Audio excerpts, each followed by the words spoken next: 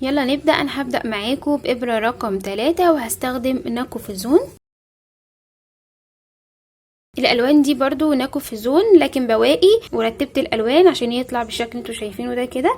طبعا تقدري تستخدمي اي نوع خيط متوفر عندك، هيمالايا افريداي يبقى كويس جدا، او قرطبة، اي نوع خيط تقدري تستخدميه. تقدري تعملي الهاف وود ده من بواقي الخيوط عندك وما يكلفكيش حاجه. طيب اللون الاساسي معانا هو لون المسترد ده، ومعانا القدم اللي هنشرح عليها. انا دلوقتي هبدأ ب 12 سلسله.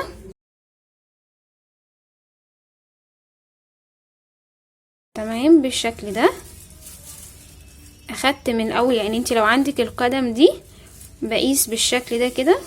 انا دلوقتي هسيب اول سلسلة وتاني سلسلة وهشتغل في الغرزة رقم 4.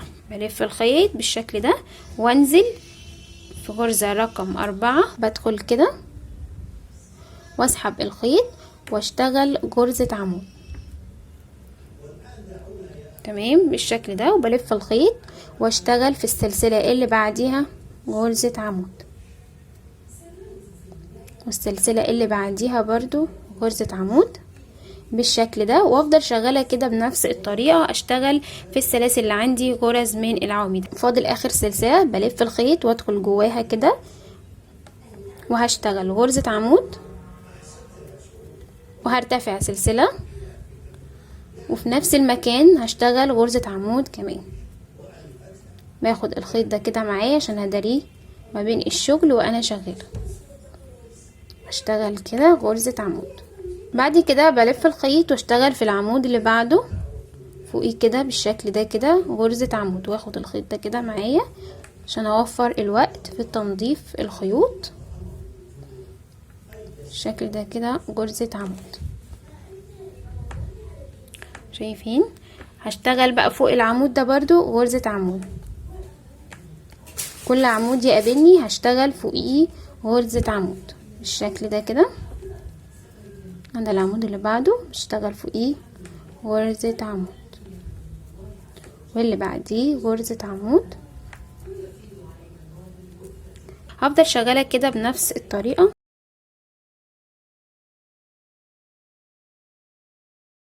انا كده وصلت لاخر سلسلة. عندي هنا في البداية سبت 3 واشتغلت في الغرزة رقم 4، فالغرزة رقم 4 هدخل كده واشتغل جواها غرزة عمود. بعد كده هرتفع سلسلة لان عندي 3 سلاسل دول بمثابة عمود معايا، فانا هقفل على طول في ثالث سلسلة بغرزة منزلقة. الخطوة اللي بعد كده برتفع 3 سلاسل بمثابة عمود، وبلف الخيط واشتغل في الغرزة اللي بعديها غرزة عمود، واللي بعديها برضو غرزة عمود، واللي بعديها غرزة عمود.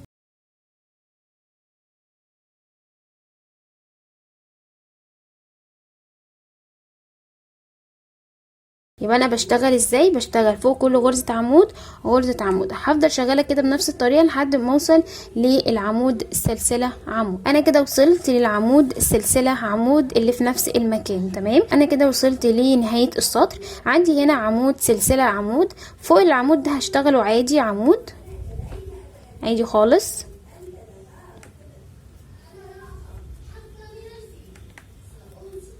بلف الخيط واشتغل جوه السلسلة او هنسميه فراغ، وهشتغل عمود سلسلة، وفي نفس المكان او في نفس الفراغ هشتغل غرزة عمود كمان. يبقى في الفراغ ده مكان السلسلة اشتغلنا عمود سلسلة عمود. بعد كده بعديه العمود، العمود التاني بشتغل فوقيه عمود عادي خالص. تمام، كمل عادي خالص فوق كل غرزة عمود غرزة عمود.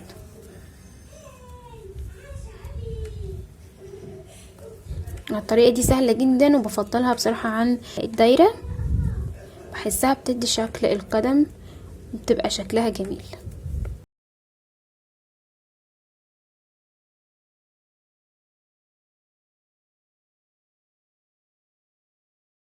انا كده بكمل عادي فوق كل غرزة عمود غرزة عمود بالشكل ده.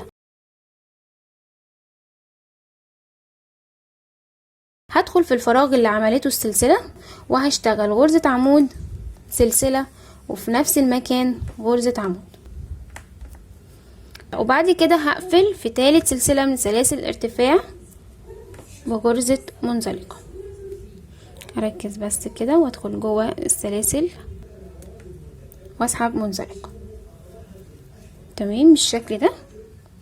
بعد كده هكرر نفس الشغل، برتفع 3 سلاسل بمثابة عمود معايا. بعد كده بدخل في العمود اللي بعده واشتغل فوقيه غرزة عمود بالشكل ده، واللي بعديه عمود، وبكرر نفس الشغل لحد ما اوصل للعمود سلسلة عمود. اول ما بوصل للعمود سلسلة عمود بشتغل فوق العمود ده عمود، وبدخل جوه الفراغ ده بشتغل عمود سلسلة عمود، كمل عادي فوق كل غرزة عمود وغرزة عمود لحد ما اوصل للجهة التانية، وبشتغل بنفس الطريقة اللي انا اشتغلت بيها هنا. اول ما بوصل للفراغ بتزايد بشتغل عمود سلسلة عمود في نفس المكان، وبكمل لحد ما اوصل للعرض اللي انا عايزاه. انا كده كملت الادوار، اشتغلت 7 ادوار. هنشوف دلوقتي وصلنا للعرض اللي احنا عايزينه ولا لا. فهنجيب المزورة، وصل معايا العرض ل9 سنتي.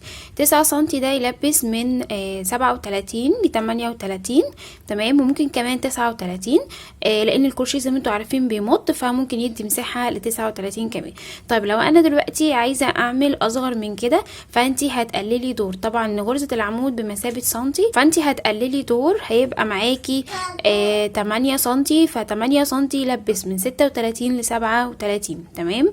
طيب انا عايزه اصغر من كده، فانت كمان هتنزلي اصغر من كده، وهتقللي كمان من عدد السلاسل، هتقليهم مثلا غرزتين. طيب احنا دلوقتي وضحنا ازاي ناخد المقاس اذا كان مقاس صغير او مقاس كبير.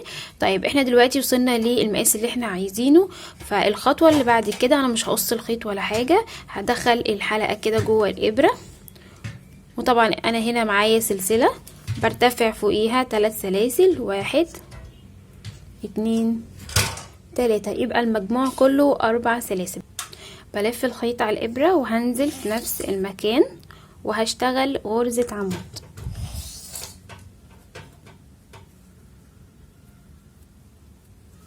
احنا اتفقنا 3 سلاسل بمثابة عمود، ومعانا السلسلة ما بين عمود وعمود. طيب الخطوة اللي بعد كده بلف الخيط على الابرة بالشكل ده، وهسيب عمود التاني وهدخل في الغرزة رقم 3، هدخل في غرزة العمود رقم 3 وهشتغل غرزة عمود بالشكل ده كده. وبعد كده هرتفع سلسلة واحدة وبلف الخيط على الابرة وهنزل في نفس المكان واشتغل غرزة عمود كده. يبقى انا بجهز للغرزة بتاعتي اللي هشتغلها في الدور اللي بعده. بعد كده بلف الخيط على الابرة وهسيب عمود التاني وهدخل في التالت واشتغل غرزة عمود، سلسلة. بعد كده في نفس المكان بشتغل غرزة عمود. تمام بالشكل ده.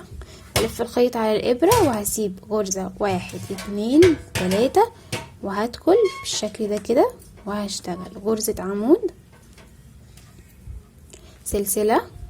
وفي نفس المكان بشتغل غرزة عمود.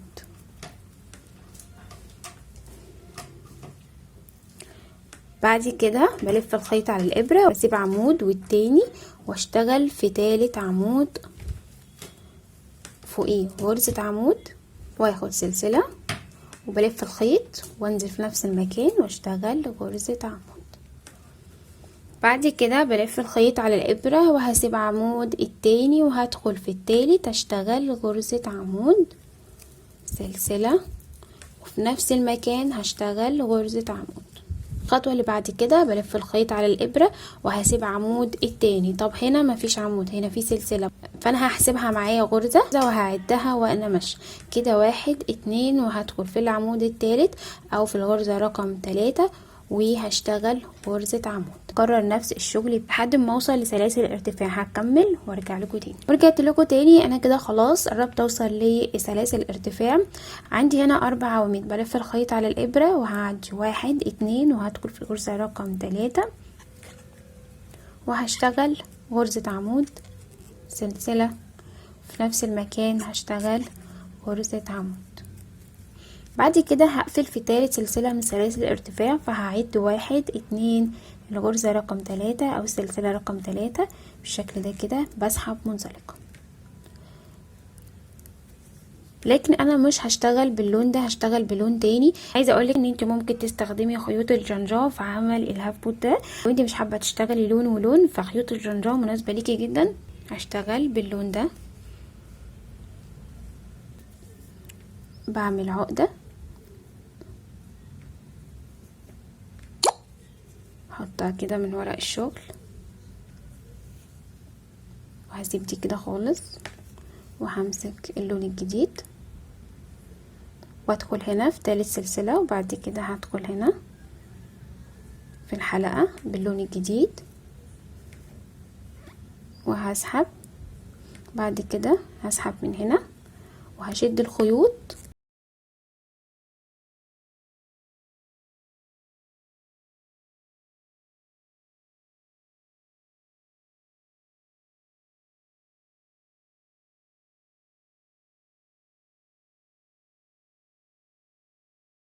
طيب انا كده ثبت الخيط كويس جدا وربطته. الخطوه اللي بعد كده هرتفع 3 سلاسل، 1 2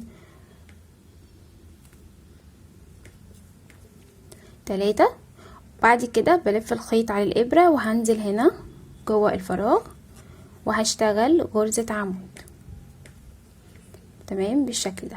بعد كده بلف الخيط على الابره وهتنقل على طول للفراغ اللي بعده. شايفين الفراغ ده جوه حرف الفي. بعد كده بشتغل غرزة عمود بالشكل ده سلسلة، وفي نفس المكان بشتغل غرزة عمود. بعد كده بلف الخيط على الابرة وهتنقل على طول للفراغ اللي بعده جوه حرف الفي. زي ما انتم شايفين كده العمودين عاملين زي حرف في، بدخل كده جواه وهشتغل غرزة عمود سلسلة، وفي نفس المكان بشتغل غرزة عمود. بلف الخيط على الابرة وهدخل جوه حرف الفي جوه الفراغ واشتغل غرزة عمود سلسلة، وفي نفس المكان بشتغل غرزة عمود. بلف الخيط على الابرة وهتنقل للفراغ واشتغل غرزة عمود سلسلة، وفي نفس المكان بشتغل غرزة عمود، وهكذا في الدوران كله لحد ما اوصل للبداية عندي. هكمل الخطوة دي وارجع لكم تاني. انا كده وصلت للبداية واشتغلت زي ما انتم شايفين كده في كل فراغ عمود سلسلة عمود، وادتني الشكل ده. هقفل جوه الفراغ تمام بالشكل ده، لكن مش هسحب باللون ده، هسحب باللون الاساسي بتاعي. طبعا انت لو شغاله بقى بالخيط الجنجاه هتشتغلي على طول، مش هتحتاجي ان انت تبدلي الوان. هربط بس رابطه عشان اثبت الخيط.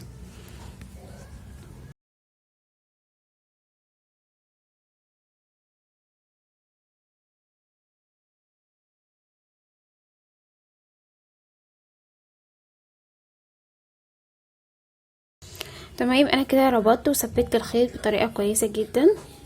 بعد كده هشتغل تاني جوه الفراغ وهسحب واشتغل غرزه حشو. بعد كده هرتفع سلسلتين كده 1 2 بالشكل ده، وهلف الخيط على الابره وشايفين الغرزه دي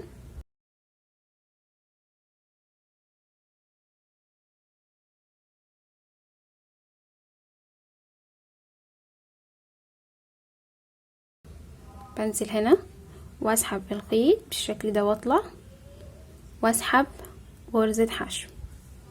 بعد كده هرتفع سلسلتين 1 2 وهلف الخيط على الابرة وهنزل في نفس المكان واشتغل غرزة عمود بالشكل ده كده، وبلف الخيط على الابرة وهتنقل على طول لهنا كده للعمود ده شايفين، وادخل واسحب الخيط واشتغل غرزة عمود عادي خالص. بعد كده هرتفع سلسلة واحدة وهلف الخيط وهنزل في نفس المكان وهشتغل غرزة عمود.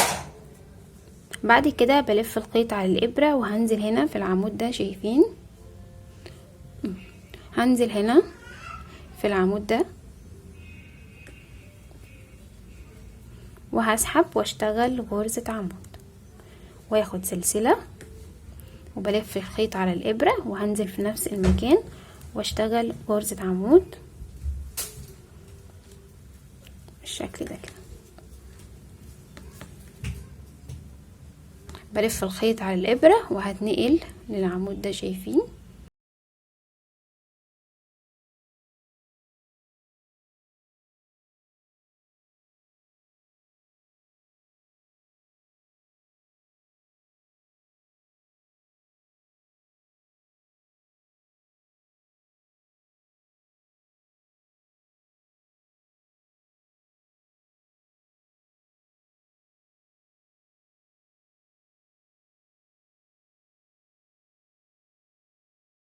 هكمل كده بنفس الطريقة لحد ما اوصل للنهاية. هكمل الخطوة دي وارجع لكم تاني. كده وصلت للنهاية. اخر حاجة عندي هنا بدخل هنا زي ما انتم شايفين كده، هنا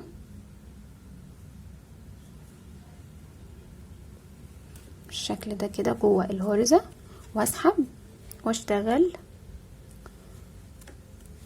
عمود سلسلة في نفس المكان، بشتغل غرزة عمود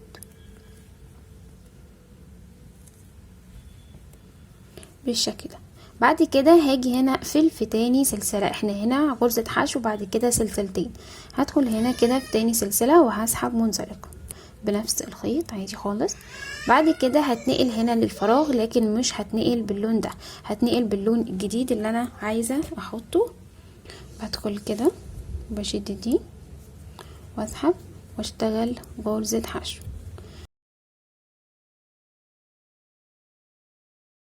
بعد كده هرتفع 3 سلاسل، 1 2 3، وبلف الخيط على الابرة وهنزل في نفس المكان واخد الخيط ده كده معايا عشان اثبته ورا الخيط.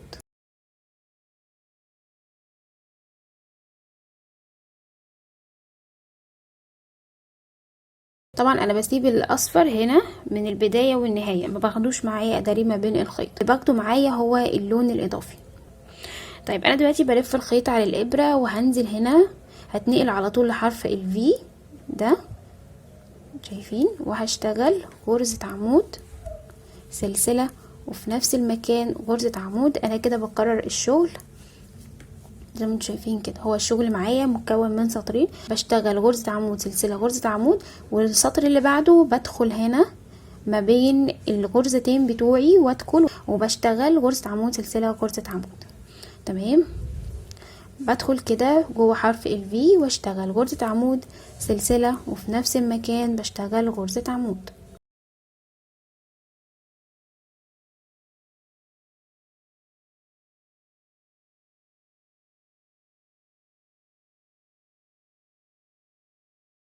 ورجعت لكم تاني. انا كده وصلت للنهايه. الخطوه اللي بعد كده هاجي اقفل الغرزه بتاعتي في تاني سلسله. طبعا احنا هنا اشتغلنا غرزه حشو وبعد كده ارتفعنا بسلسلتين كده، 1 2، وهدخل هنا كده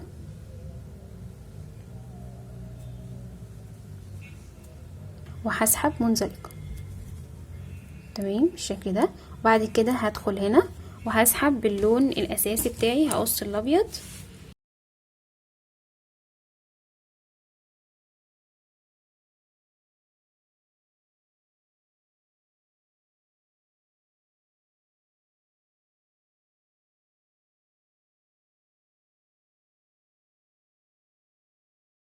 كده. انا سحبت منزلقه، بدخل جوه كده جوه حرف الفي واسحب، خرج بس ده كده بره، واسحب غرزة حشو. يبقى انا بقفل بمنزلقة في تاني سلسلة، وبعد كده بدخل هنا واغير الخيط واسحب منزلقة وفي نفس المكان بشتغل غرزة حشو. تمام، بعد كده هاخد سلسلتين. بعد كده هاجي هنا شايفين ما بين حرف الفي ده وحرف الفي ده، بنزل هنا في الغرزة دي في العمود ده كده، وهسحب الخيط بالشكل ده كده وهسحب غرزة حشو وهشتغل غرزة حشو بالشكل ده كده. بعد كده هرتفع سلسلتين وفي نفس المكان بشتغل غرزة عمود.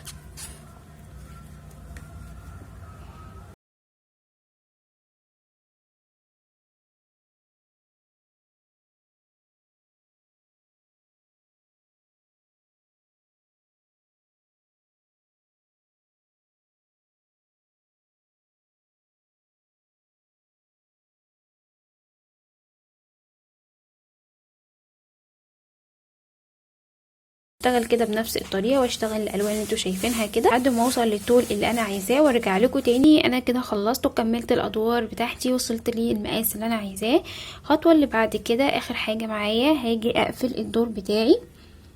هدخل هنا في تاني سلسله واسحب منزلقه. بعد كده هاجي ادخل هنا في غرزه الحشو واخد كمان منزلقه واخد سلسله وأمن الشغل بتاعي بالشكل ده. طبعا بعد ما تخلصي بتقلبي الشغل بتاعك وتداري الخيوط بتاعتك، وهي اصلا متثبته كويس جدا. دي بس هتداري الخيوط. 1 2 3 4 5 6 7. دلوقتي هنقيس نشوف احنا وصلنا لطول كام.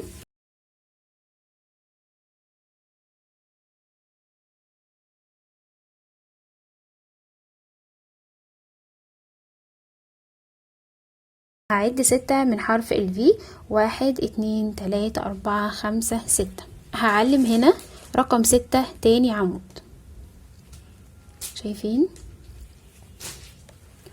وهعد 1 2 3 4 5 6 تاني عمود.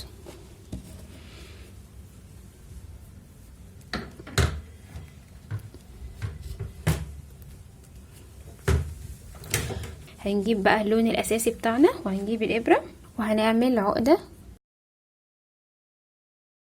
وهنيجي هنا هنشيل العلامة وهنيجي هنا بالشكل ده كده وهنسحب وهنشتغل غرزة حشو، وهاخد الخيط ده معايا وانا شغالة عشان اداريه ما بين الغرز. بعد كده هرتفع سلسلة واحدة بالشكل ده وهلف الخيط وانزل في نفس المكان واشتغل غرزة عمود. بعد كده هدخل في الغرزة اللي بعديها وباخد الخيط ده معايا عشان اداريه ما بين الشغل وانا شغالة، وهدخل جوه العمود بالشكل ده كده. احاول ادخل جوه، ما قدرتش يبقى اشتغل عادي بالشكل ده كده. وعندي هنا السلسلة بدخل كده جواها واشتغل غرزة عمود. عندي هنا العمود اللي بعد السلسلة بشتغل فوقيه عمود. بحاول اكون العواميد في كل غرزة عندي، يعني فوق كل غرزة هتقابلني هشتغل فوقيها عمود.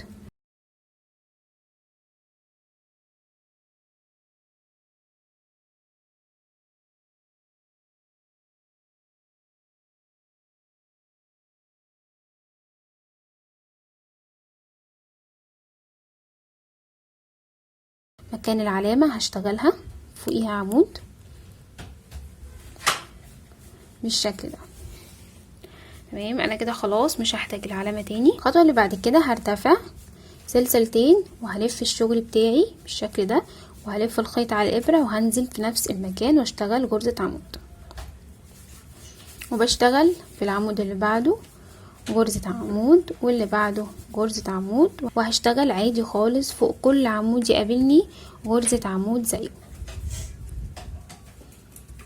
هفضل شغالة كده بنفس الطريقة فوق كل غرزة عمود غرزة عمود لحد ما اوصل للجهة التانية. ولما اوصل للجهة التانية هرتفع سلسلتين وهشتغل في نفس المكان غرزة عمود وهرجع تاني بالشغل. يبقى هشتغل رايح جاي رايح جاي لحد ما اشتغل 9 ادوار. اشتغلت معاكم دورين، يبقى هكمل بعد كده 7 ادوار والمجموع كله هيبقى 9 ادوار. تمام، كملت 9. هنعد مع بعض 1 2 3 4 5 6 7 8 9. في الدور العاشر هنقسم الجزء بتاعنا بالشكل ده كده وهنشتغل 14 غرزة عمود من الجنب ده، والجنب ده هشتغل منه 14 غرزة عمود. انا بالفعل اشتغلت 14 غرزة عمود هنا.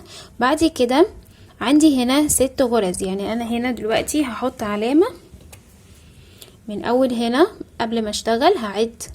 قبل ما اشتغل العواميد هعد 14 غرزة وهحط العلامة بتاعتي في رقم 14. وبعد كده هاجي من هنا هعد برضو 14 غرزة عمود واحط العلامة بتاعتي في رقم 14. فضل لي كام عمود؟ 1 2 3 4 5 6. تمام، 6 عواميد في النص. الستة دول هشتغلهم كده بالشكل ده كده على طول غرزة حشو. 1 2 3 4 5 6 بالشكل ده. بعد كده بشتغل عادي غرزة عمود، وهعد وانا شغالة 14 غرزة عمود كده. 1 انا كده كملت النهايه. ده مكان الكعب بالظبط. انا لو قفلت الشغل بتاعي على طول، يعني بعد ما اوصل المقاس اللي انا عايزاه وقفلته على طول، هنا هيبقى فيه بوزه كده. انا عشان اتجنب البوزه دي متبقاش موجوده في الكعب ويبقى شكل مرتب وجميل، فانا اشتغلت قبل ما اوصل للمقاس بتاعي بدورين. ده الدور اللي قبل الاخير زي ما انتم شايفين كده. اشتغلت على طول بغرزه حشو فاداني منحنى بالشكل ده. طيب الخطوه اللي بعد كده هرتفع سلسلتين وهلف الشغل، اشتغل في نفس المكان غرزه عمود، واشتغل عادي فوق كل غرزه عمود غرزه عمود لحد ما اوصل لغرز الحشو. من هنا هكمل لحد ما اوصل لاول غرزه حشو وارجع لكم تاني. انا كده اشتغلت بغرز من العواميد لحد ما وصلت لغرز الحشو. انا دلوقتي هنزل جوه غرزه الحشو الاولانيه وهسحب الخيط. بنزل كده واسحب الخيط، وهدخل في الغرزه اللي بعديها وهسحب الخيط بالشكل ده. هيبقى معايا 3 حلقات على الابره.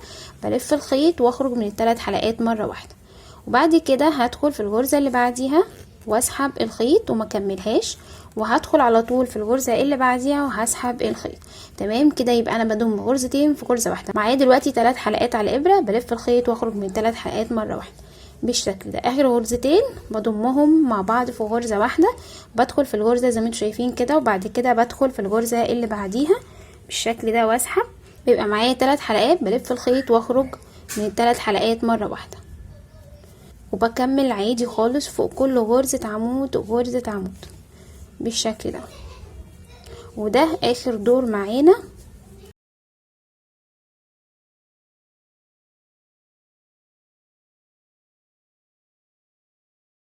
انا كده خلصت لحد ما وصلت للنهايه، وزي ما انتم شايفين كده منطقه الكعب لمت معايا خالص. طيب بعد كده بشتغل على الظهر. ادخل هنا في اول غرزه وهسحب الحلقه بتاعتي بالشكل ده. وبعد كده هرتفع سلسله واحده وهلف الشغل بتاعي وهشتغل عادي تحت الغرز بالشكل ده، وهسحب منزلقه تحت الغرزه. اهم حاجه الغرزه قصاد الغرزه بالشكل ده كده، وهسحب منزلقه.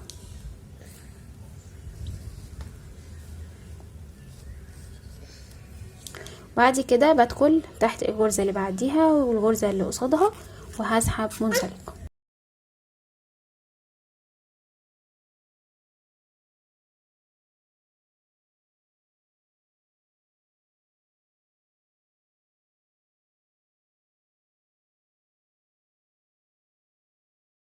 هفضل شغاله كده بنفس الطريقه. شايفين لما ضميت الجزئين على بعض ما اديتش بوزه، ادت منحنى زي ما انتم شايفين كده. هكمل انا كده لحد ما اوصل للنهايه وارجع لكم تاني نشوف هنعمل ايه في الخطوه اللي بعد كده. كملت غرز منزلقه زي ما انتم شايفين كده. بعد كده هاخد سلسله عشان امن الشغل بتاعي وهقص الخيط بالشكل ده كده. وطبعا بابره التنظيف بداري الخيط ما بين الغرز. تمام، نريح بقى الشغل بتاعنا بالشكل ده كده. شايفين مفيش اي بوزه ولا في اي حاجه. ده بقى جاهز عندي كسليبر.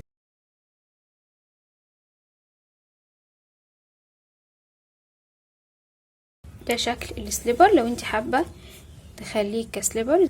طيب احنا دلوقتي هنرتفع بالهاف بوت بتاعنا. فدلوقتي هنجيب اللون. الخطوه اللي بعد كده هجيب الخيط تاني، هاجي اشتغل هنا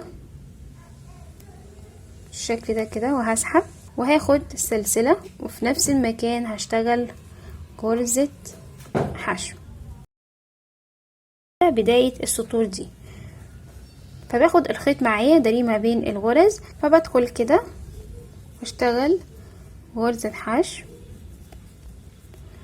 بالشكل ده كده.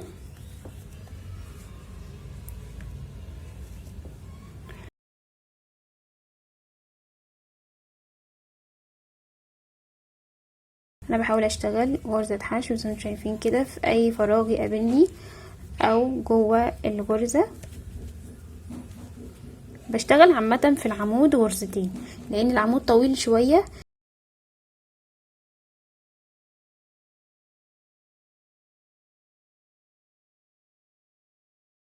اكمل كده بنفس الطريقة في الدوران كله لحد ما اوصل لهنا كده بالظبط. كده خلاص لفيت القطعة زي ما شايفين كده بغرز من الحشو. بعد كده هاخد سلسلة، بعد كده هقص الخيط. طيب هجيب اللون الاضافي، طبعا ترتيب الالوان زي ما تحبي. هبدأ من هنا مكان العلامة وهاخد سلسلة في نفس المكان هشتغل غرزة حشو بالشكل ده كده، وهاجي هنا وهسحب منزلقة. بعد كده هرتفع باربع سلاسل، 1 2 3 4، والف الخيط واشتغل في نفس المكان غرزة عمود. وبشتغل الغرزة بتاعتي عادي خالص، بدخل جوه حرف الفي واشتغل غرزة عمود، سلسلة في نفس المكان بشتغل غرزة عمود، وبتنقل لحرف الفي واشتغل غرزة عمود، سلسلة في نفس المكان غرزة عمود، وبتنقل على طول لحرف الفي واشتغل غرزة عمود، سلسلة في نفس المكان غرزة عمود.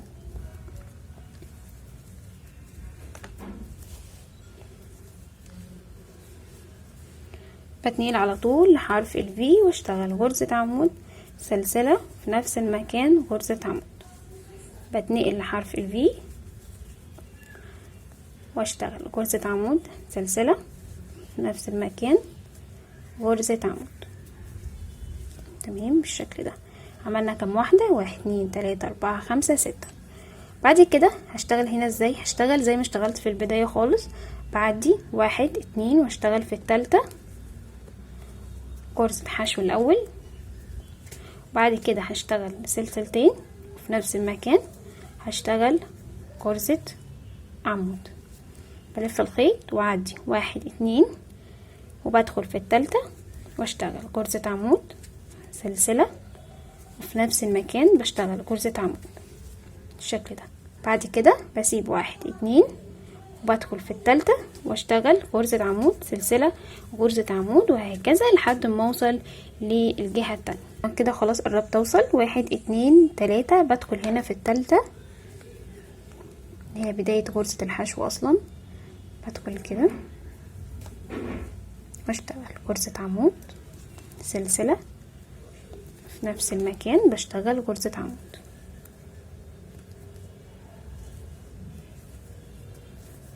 بالشكل ده.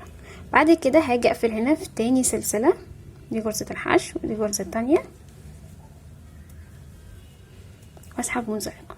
بعد كده هسحب اللون الاساسي واشتغل بنفس الطريقة اللي انا شرحتها قبل كده. ادخل واشتغل غرزة حشو وارتفع بسلسلتين، وهاجي هنا في النص هاخد غرزة حشو عميقة شوية بالشكل ده كده واشتغل غرزة حشو.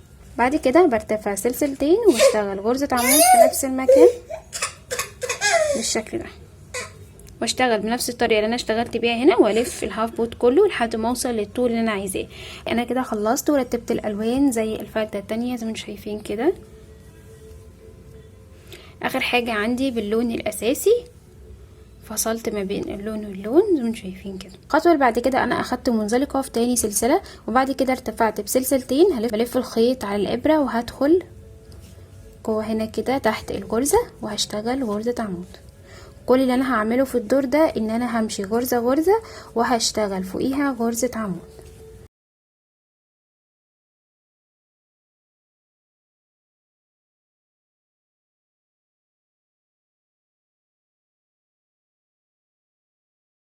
هكمل انا كده والف معصم القدم لحد ما اوصل للنهايه وارجع لكم تاني نشوف هنعمل ايه في الخطوه اللي بعد كده. انا كده خلاص لفيت القطعه كلها عندي، لفيته بغرز من العواميد زي ما انتم شايفين كده. طيب الخطوه اللي بعد كده هنيجي نقفل في اول غرزه عمود بغرزة منزلقة. بعد كده هنرتفع 3 سلاسل كده، 1 2 3، وهلف الخيط على الابرة وهنيجي شايفين العمود ده هناخده امامي بالشكل ده كده، بندخل بالشكل ده ونطلع العمود لبره والابرة تكون ورا العمود بالشكل ده، وهنشتغل غرزة عمود امامي بالشكل ده كده. بنلف الخيط وهنشتغل في العمود اللي بعده خلفي،